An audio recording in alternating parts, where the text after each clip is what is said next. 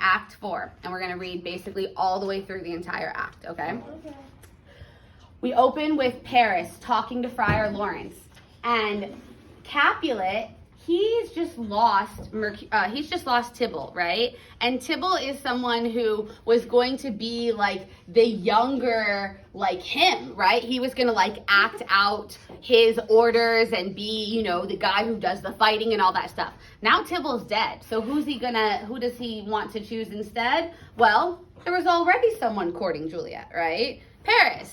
And well, Juliet's never even met the guy. She is actually being promised to Paris because Capulet is now kind of desperate. He's like, oh yeah, like all this like sad stuff. Juliet's hella depressed. I know what will make her feel better. Let's make sure she feels better. We're gonna get her married. It works to my advantage too because then I'll have a replacement Tybalt. I didn't even like this saucy boy anyway.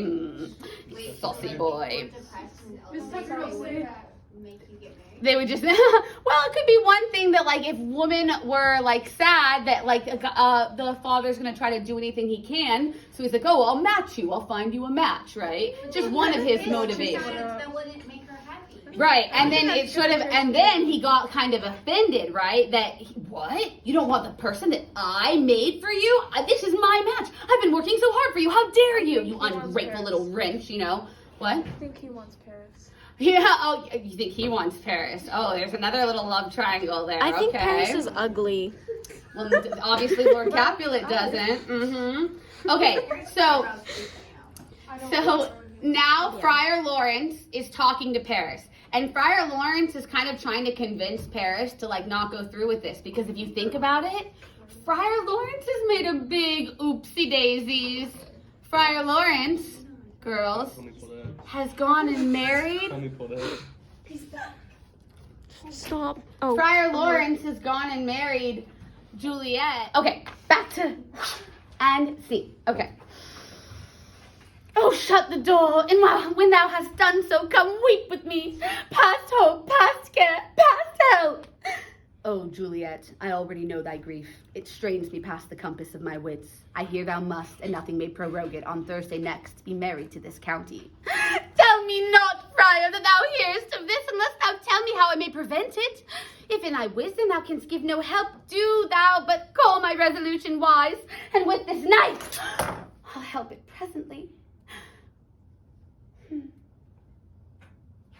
God joined my heart and Romeo's, thou in our hands, and ere this hand, and by thee Romeo's sealed, shall be the label to another deed.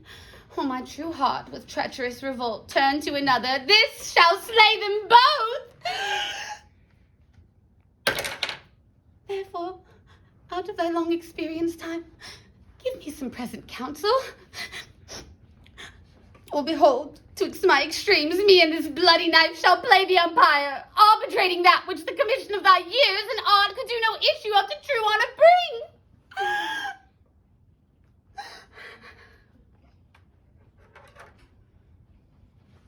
Be not so long to speak, I long to die. If as thou what speakest of, speak not of remedy.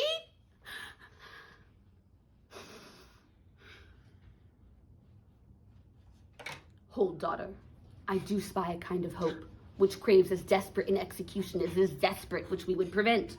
If, rather than to marry County Paris, thou hast the strength of will to slay thyself, then it is likely thou wilt undertake a thing like death, to chide away the shame that Coppice would death himself to escape from it. And if thou darest, I'll give thee remedy.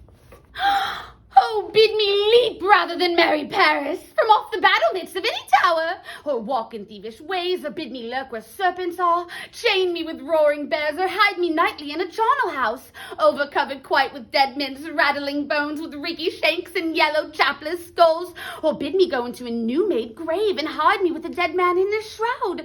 Things that to hear them told have made me tremble, and I will do it without fear or doubt, to live an unstained wife to my sweet love. Hold then. Go home. Be merry. Give consent to marry Paris. Wednesday is tomorrow. Tomorrow night, lookest thou that lie alone. Let not the nurse lie with thee in thy chamber.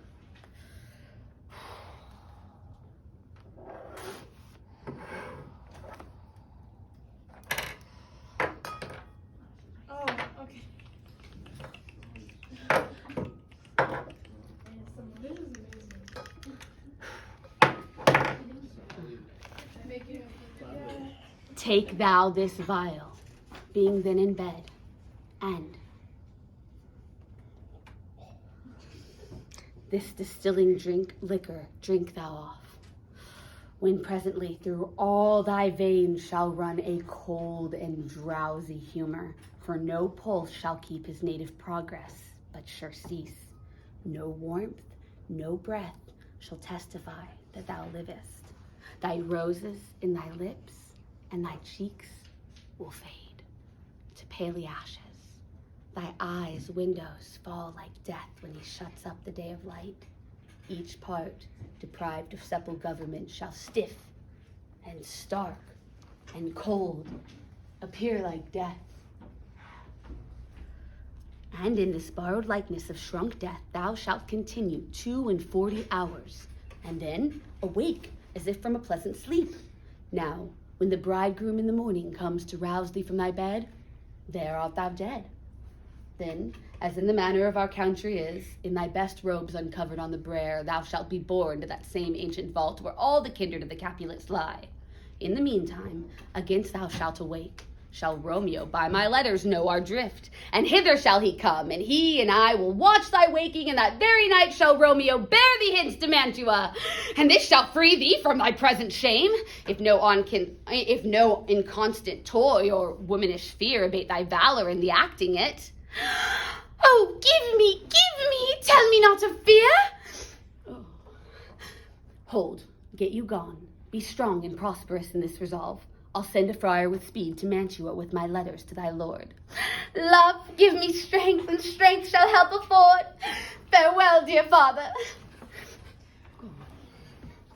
Okay, so now Capulet is... She comes from strict with merry look. How now, my headstrong, where have you been gadding? Where have learned me to repent the sin of disobedient opposition to you and your behests, and I am enjoyed by holy Lawrence to fall prostrate here.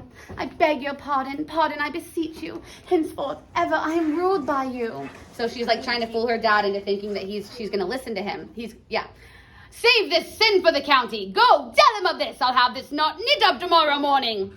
I've met the youthful lord at Lawrence cell, and gave him what becometh love I might, not stepping over the bounds of modesty. Why, I am glad on it. 'Tis well, stand up as it should be. Let's see the county. Aye, marry I go, say and fetch him hither. Now afore God, this reverend holy father, our whole city is much bound to him. Which is so funny that he says our whole city is much bound to this holy friar, who's going to be performing this marriage. And the friar's like, Wait, can he do that if he knows that she's already... He, in his covenant with God, no. So he's almost has just as much of a motivation to make sure this doesn't happen. So Juliet faking her own death in order to get out of the marriage is also benefiting him. She'll be able to see her family again. Yes, and she'll have to stay in Mantua forever, right? And be with Romeo, because they'll think she's dead. But that's benefit to her, right? Because she maybe was afraid of that loyalty against her own family, maybe. Are kind of rude. And if you think about it, someone else brought up in third period, the father said, if you don't marry Paris, hang, beg, starve, die in the streets, for I'll ne'er acknowledge thee, and what I own shall ne'er do you good again, right? So it's like she doesn't really have another place to go. Her mom looks like Megamind. So thanks for that, Alana. Now that's on video forever. Oh. We shall be short in our provision. 'Tis now near night. Tush, I will stir about, and all things shall be well. I warrant thee, wife. Go thou to Juliet. Help to deck her up. I'll not to bed tonight. Let me alone. I'm skipping around. Top of 191, 4.3. Juliet's picking out her wedding dress. Aye, those attires are best. But gentle nurse, I pray thee, leave me to myself tonight, for I have need of many horizons to move the heavens to smile upon my state. And then her mom comes in. What, are you busy? Need you my help? No, madame, we have called such necessities as are behooveful for our state tomorrow. So please, let me be now left alone, and let this nurse this night sit up with you, for I'm sure you've had your hands full. And good night, good night. And so they say good night to her. Farewell. God knows when we shall meet again. I have a faint cold fear thrills through my veins that almost freezes up the heat of life. I'll call them back again to comfort me. Nurse, what should she do here? My dismal scene I must act alone. Come, vial. What if this mixture do not work at all? Shall I be married then tomorrow? No, no, this shall forbid it.